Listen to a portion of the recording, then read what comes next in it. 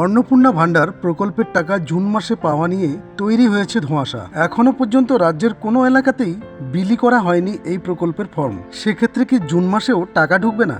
লক্ষ্মীর ভান্ডারের টাকারই বা কি হতে চলেছে জানুন লেটেস্ট আপডেট। পশ্চিমবঙ্গের মহিলাদের মধ্যে বর্তমানে সবথেকে আলোচিত বিষয় হলো অন্নপূর্ণা ভান্ডার বা মাতৃশক্তি ভরসা কার্ড। নির্বাচনের প্রতিশ্রুতি অনুযায়ী এই প্রকল্পে যোগ্য মহিলারা মাসে ৩,০০০ টাকা, বছরে ৩৬,০০০ টাকা সরাসরি ব্যাংক অ্যাকাউন্টে পাবেন। তবে মে মাস শেষ হতে চললেও এখনো সরাসরি ফর্ম না মেলায় অনেকের মনে প্রশ্ন জেগেছে, জুন মাসেও কি এই প্রকল্প চালু হবে না? বর্তমানে বাজারে বা সোশ্যাল মিডিয়ায় যে ফর্মগুলি ঘুরছে সেগুলি আসলে সরকারি ফর্ম নয়। 10 মে 2026 পর্যন্ত পাওয়া তথ্য অনুযায়ী পশ্চিমবঙ্গ সরকার এখনো এই প্রকল্পের জন্য কোনো অফিসিয়ালি বিজ্ঞপ্তি, নোটিফিকেশন বা নির্দেশিকা জারি করেনি। নির্বাচনের সময় বিজেপি কর্মীদের দেওয়া গ্যারান্টি কার্ড বা সংকল্প পত্র ছিল মূলত প্রচারের হাতিয়ার। সেগুলিকে সরকারি আবেদনপত্র হিসেবে গণ্য করা যাবে না। প্রকল্পটি বর্তমানের মন্ত্রিসভা অনুমোদনের অপেক্ষায় রয়েছে, আর অনুমোদন না মেলা পর্যন্ত অফিসিয়াল পোর্টাল বা ফিজিক্যাল ফর্ম বিলি সম্ভব নয়। সূত্র অনুযায়ী নতুন সরকার গঠনের পর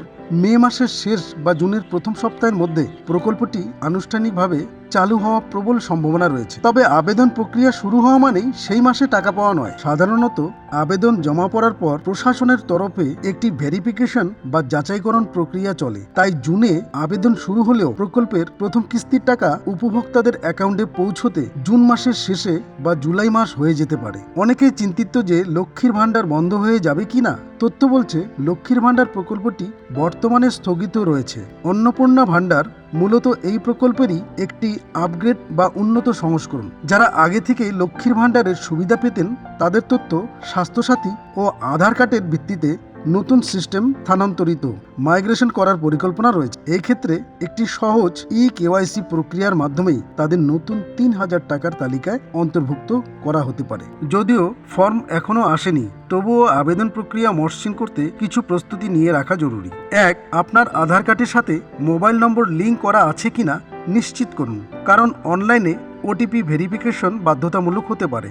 2. ব্যাংক অ্যাকাউন্টটি যেন অবশ্যই আধার লিঙ্ক DBT এনেবলেড থাকে, কারণ টাকা সরাসরি ব্যাংক ট্রান্সফারের মাধ্যমে পাঠানো হবে। 3.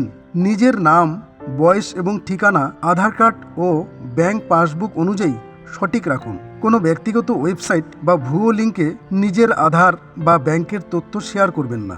সরকার যখন পোর্টাল চালু করবে তখন দুয়ারে সরকার বা নির্দিষ্ট সরকারি ওয়েবসাইটের মাধ্যমেই স্বচ্ছভাবে আবেদন করা যাবে। অন্নপূর্ণা ভান্ডার সম্পর্কিত পরবর্তী খবরের জন্য অফিসিয়াল সরকারি ঘোষণার দিকে নজর রাখুন। পরবর্তী আরও এরকম আপডেট পেতে চ্যানেলটি সাবস্ক্রাইব করুন ও সঙ্গে থাকুন।